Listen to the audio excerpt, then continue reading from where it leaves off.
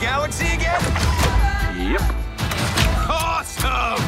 We're really gonna be able to jack up our prices for two-time galaxy savers. Yes!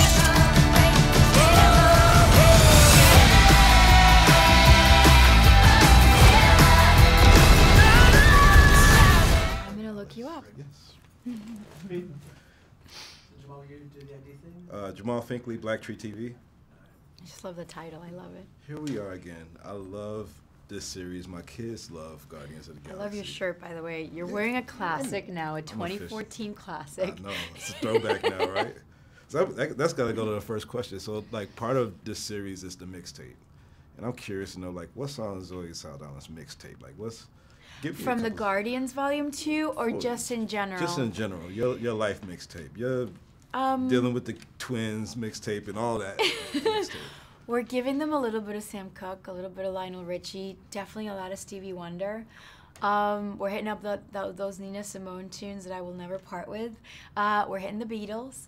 So we're starting from the beginning. Whatever our idea is of the beginning, when we started falling in love individually with music. Yeah. But there's also a lot of Latino beats. There's Juan Luis Guerra, there's Juanes, there's Carlos Vives, there's Shakira, and there's reggaeton, you know, because I'm from New York, so I will never miss my little beats. Yeah. And I'm an island girl, so I love my little reggae. And the boys are definitely my kids. They're definitely my kids. Yeah. Definitely. There was no mistake on that one. This is weird. We've got a sovereign fleet approaching from the rear. Why would they do that? Probably because Rocket stole some of their batteries. Dude! Right. He didn't steal some of those. I don't know why they're after us. What a mystery this is.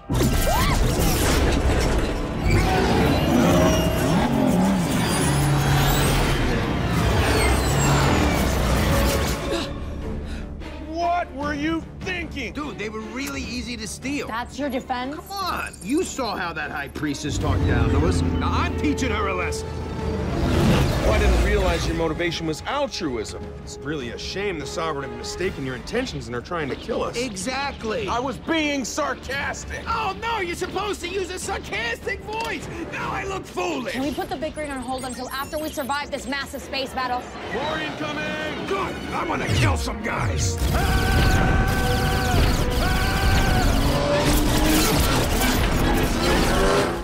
So, you know, one of the interesting things about your characters is kind of like one of the most used characters in cosplay and costumes. How does it feel to, like, you know, go around Halloween or whatever and see people, or these festivals, and see people playing Gamora and dressing up?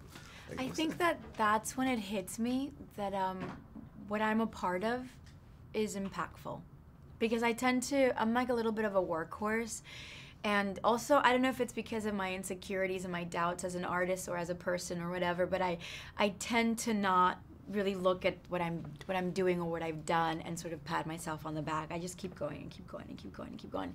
And it's only when I see a little girl or a woman dressed in either Neytiri, Uhura, or Gamora that it hits me that I've been a part of cool things. Yeah. And it's hard for me to believe that like a little nerd from Queens like has gotten so far. Yeah. So I keep aiming, I always keep aiming high.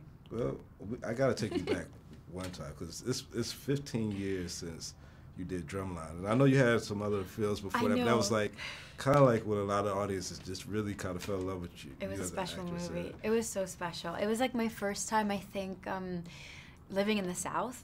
You know, growing up as a New Yorker, but also like as a person that was not North American. Like, because in my house, like I was so Dominican that even in New York, like New York, sometimes I would leave my apartment and New York felt strange to me, you know, because we were so Dominican inside the house.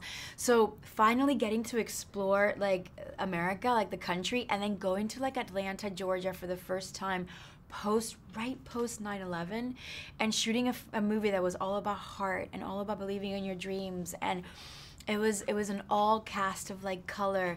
I felt like I was a kid playing with sand for the first time. I took it all in stride. I learned so much about African American culture, about Southern food, about the way people get down like in the South in schools, and I felt like I came back like a better American like after I went to the South.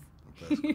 Well, anybody that hasn't seen Drumline, y'all need to go check that one out, along with Guardians of the Galaxy 2. But last question, like, how you have so many big blockbuster films on the horizon with this and Avatar 2, 3, and 4 and Avengers.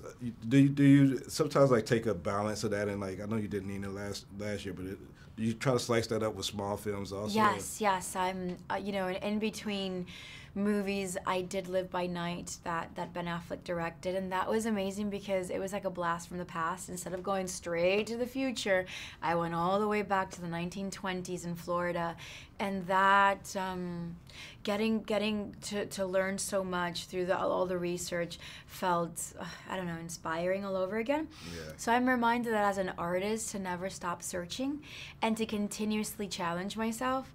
I definitely want to go back and play some Earthlings for sure. Well, we love seeing you on screen no matter what Earthling or